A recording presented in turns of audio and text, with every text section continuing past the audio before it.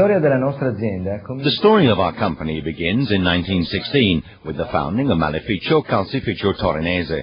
For over 50 years it produced stockings and underwear under various brand names, Aquila, Devon, Kappa and others less well known, for a market that was very, very different to that we know today. At the end of the 60s, like many other Italian companies, Maleficio Calcificio Torinese was going through a serious crisis, a reflection of the general depression that followed the Reconstruction boom and the end of the effects of the Marshall Plan. The market was stagnating and seriously underdeveloped advertising was centralized in the closed Rai Cipra system. Companies that weren't on Carosello had little opportunity to promote their sales, and this country's distribution system was not one of the world's greatest. Things were not going well, but suddenly the entire world was presented with a marvelous opportunity.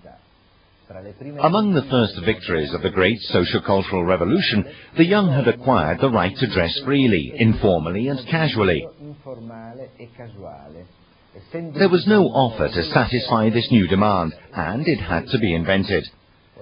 Someone said, the combination of a miner's trousers, a marine shirt and tennis shoes could never be mistaken as formal bourgeois dress.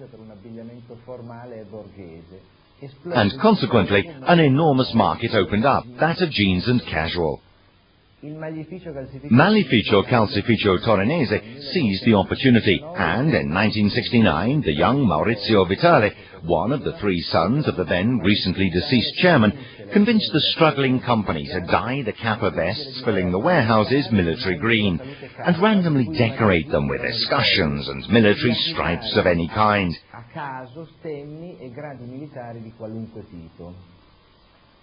The success was incredible. Within the company, these strange products were referred to as le robe di Kappa, the Kappa stuff. Not content with that, Maurizio Vitale convinced everyone that the real future lay in jeans, and from a consolidated and conservative Turin-based business was born nothing less than Jesus Jeans. The company saved itself from the crisis and rode the wave of the 70s casual boom with a product that was simple, permanent and characterized by one of the strongest concepts of the revolution from which it originated: unisex. As a young man, I began working for Maleficio Torinese. It was 1975. I was 19 years old. Wanting to be a photographer, I found myself catapulted from a small advertising agency into an almost surreal environment, an old, almost vertical textile company with engineers and managers with long white beards, hauled along by Vitale and working with incredible creativity and open-mindedness in the most avant-garde sector. It wasn't difficult, and I always say that imagination is more important than knowledge, for a young man like myself to understand the market and begin to work beside Vitale, first in marketing and then in sales. In 1981, at the age of 25, I became general sales manager.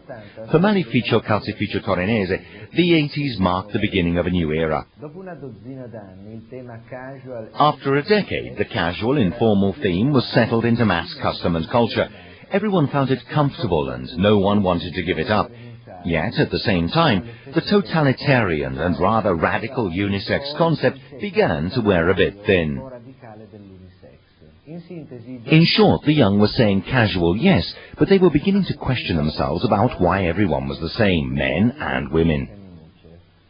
A new era of sports clothing was being born, an innovative, coherent and not at all revolutionary way of interpreting, through clothing, the freedom and informality won by their big brothers in 1968. Once again, Maleficio Torinese promptly seized the opportunity, believing in it and succeeding in it. We had entered a new sector that those at work already considered well-worn, more or less how the experts 15 years before had considered the jeans market once the number of miners in the world ceased to grow. It obviously wasn't practice sport that made us believe in this new positioning, but the attitude of the young all over the world who, with the war hatchet laid down, only wanted to live their freedom with joy, gaining inspiration from the most classic and natural values: sport and competition for the boys, fashion, color and novelty for the girls. The strategy was right. The product took off, and with the company being the first in Italy to involve itself in sponsorship, everything went full steam ahead. Unfortunately, however, a serious setback was just around the corner. Vitale became seriously ill and died shortly after. I decided to leave the company and try to set up on my own. The second half of the 80s, the boom years for our new sector, witnessed instead the decline of Kappa.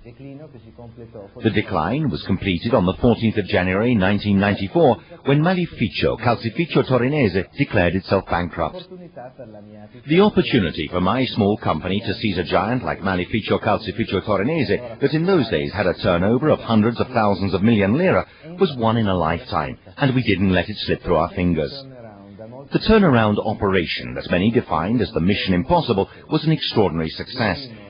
In very short time, we managed to reposition both product and strategy on the market. Our ambitious project to create a global network of individual or controlled groups of companies and licensees, today already about 50, each specialized in one of the key production process functions of our type of business, convinced the Benetton Group through 21 Investimenti to acquire an important share and co-control in June '96 together with myself. During the last 2 years, the results have not been shortcoming, and our plan has increasingly neared its aim of being able to enter the financial market through stock quotation.